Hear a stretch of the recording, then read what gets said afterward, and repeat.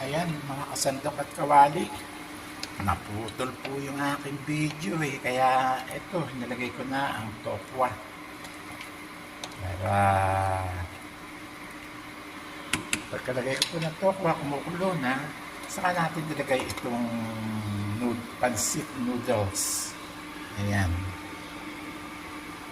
Ayan po siya. Yan po ang lutong malabon. Ang natutunan ko sa aking kapatid na bunso.